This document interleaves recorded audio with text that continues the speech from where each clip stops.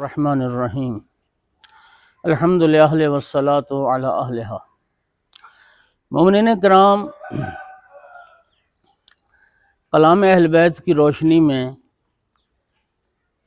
وہ کون سے اعمال ہیں جو فشار قبر اور عذاب قبر کا سبب بنتے ہیں، اور کون سے اعمال ہیں جو فشار قبر سے بچاتے ہیں؟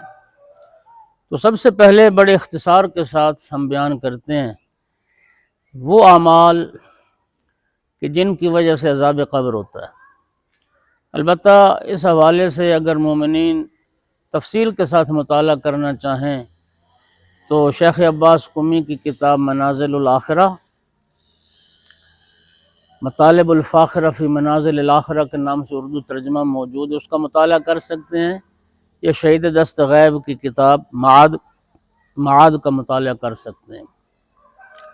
فشار قبر ایک حقیقت ہے، اور یہ سب اہل ایمان کا عقیدہ ہے، اور انسان کو اس منزل سے گزرنا ہے۔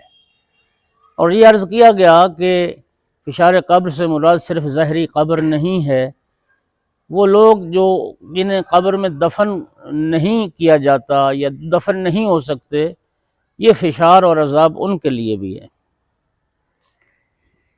مومنین کرام، در حقیقت ہمارے گناہ ہی عذاب قبر کا سبب بنتے ہیں، اور خصوصیت کے ساتھ چند گناہ ہیں جن کی طرف توجہ دلائی گئی ہے۔ چغلی کرنا، مومن کی چغلی کرنا،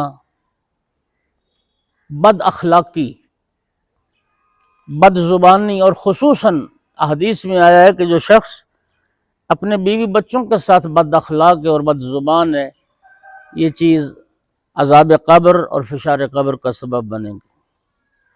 کسی مومن پر تہمت لگانا۔ اچھا، ایک اور چیز جو بہت زیادہ اور خصوصاً نوجوان اور جوان جس کی پرواہ نہیں کرتے، اور ہمارے معاشرے میں وہ چیز عموماً دیکھنے میں آتی ہے، اور ہماری احادیث کی کتابوں میں اس چیز کو صراحت کے ساتھ فشار قبر اور عذاب قبر کا سبب قرار دیا گیا ہے، وہ ہے کہ پانی کے بغیر یعنی پیشاب کرنا اور نجاست سے بچنے کی کوشش نہ کرنا، اور جس طرح عموماً لوگوں کو دیکھا جاتا ہے کہ سر راہ بیٹھ گیا، یہ ادھر ادھر بیٹھ گیا، استنجا نہ کیا، پانی کے استعمال نہ کیا، یہ بدن بھی نجس اور کپڑے بھی نجس، حدیث میں ہے کہ یہ چیز خود عذاب قبر اور فشار قبر کا سبب بنے گی۔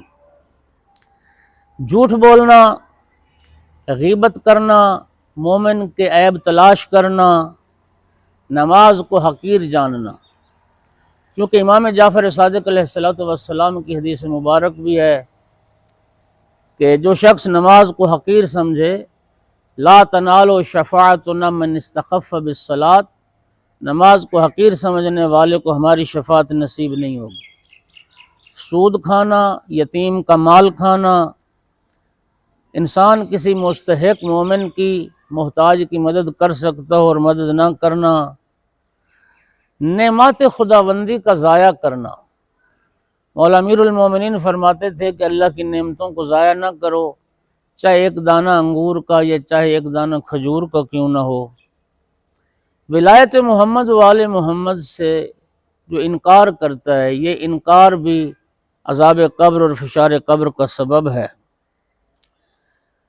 مومن کے لیے جو مومن سے گناہ سرزد ہوتے ہیں، نبی کریم نے فرمایا کہ وہ فشار قبر ان کے لیے تطہیر ہوگی، قیامت کے دن وہ پاک اور صاف میدان محشر میں وارد ہوں گے۔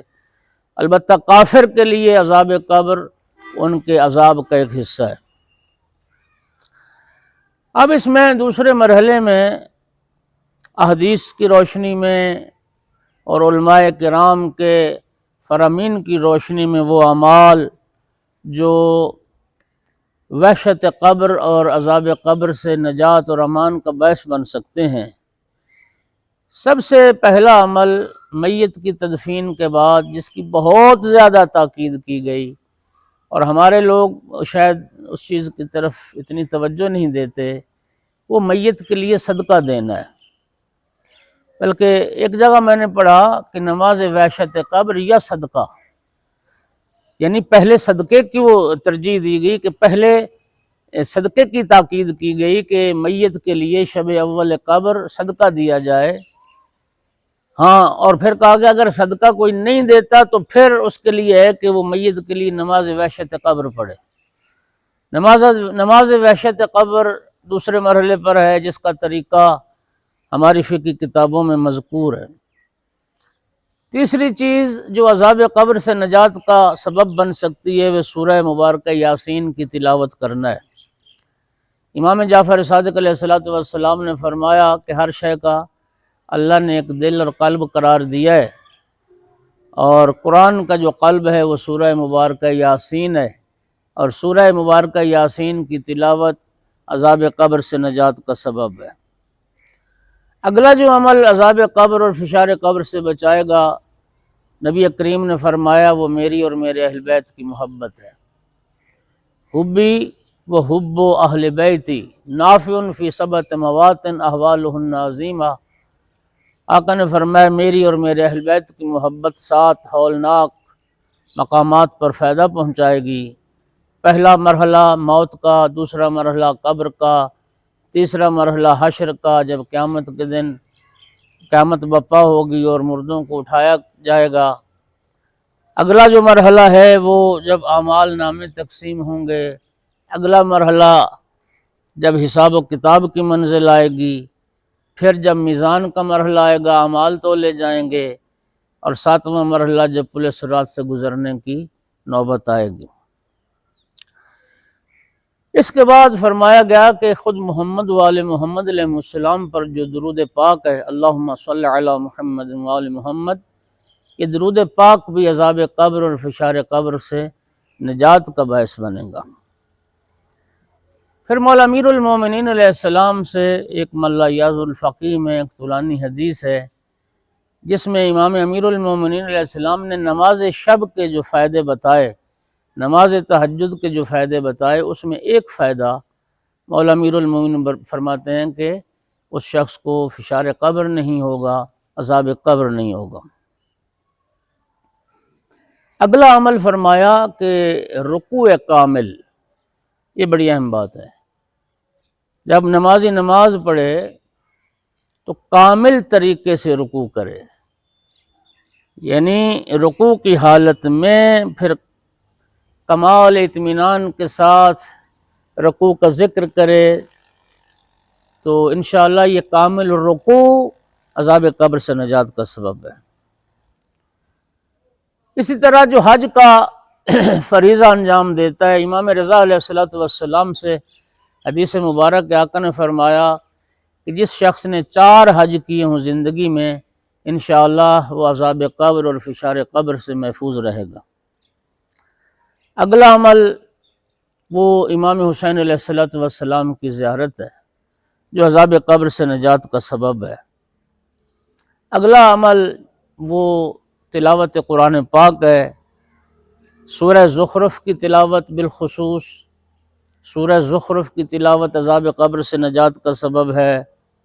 جمعہ کے دن سورہ مبارکہ نساء کی تلاوت، سورہ قلم کو فریضہ یا نافلہ میں پڑھنا، سوتے وقت سورہ تکاثر کی تلاوت، یہ عذاب قبر کا سبب ہے، عذاب قبر سے نجات کا سبب ہے۔ سورہ مبارکہ ملک، یہ میت کے سرہانے پڑھنا، سورہ ملک یہ عذاب قبر سے نجات کا سبب ہے۔ اول ماہ رجب کی نماز۔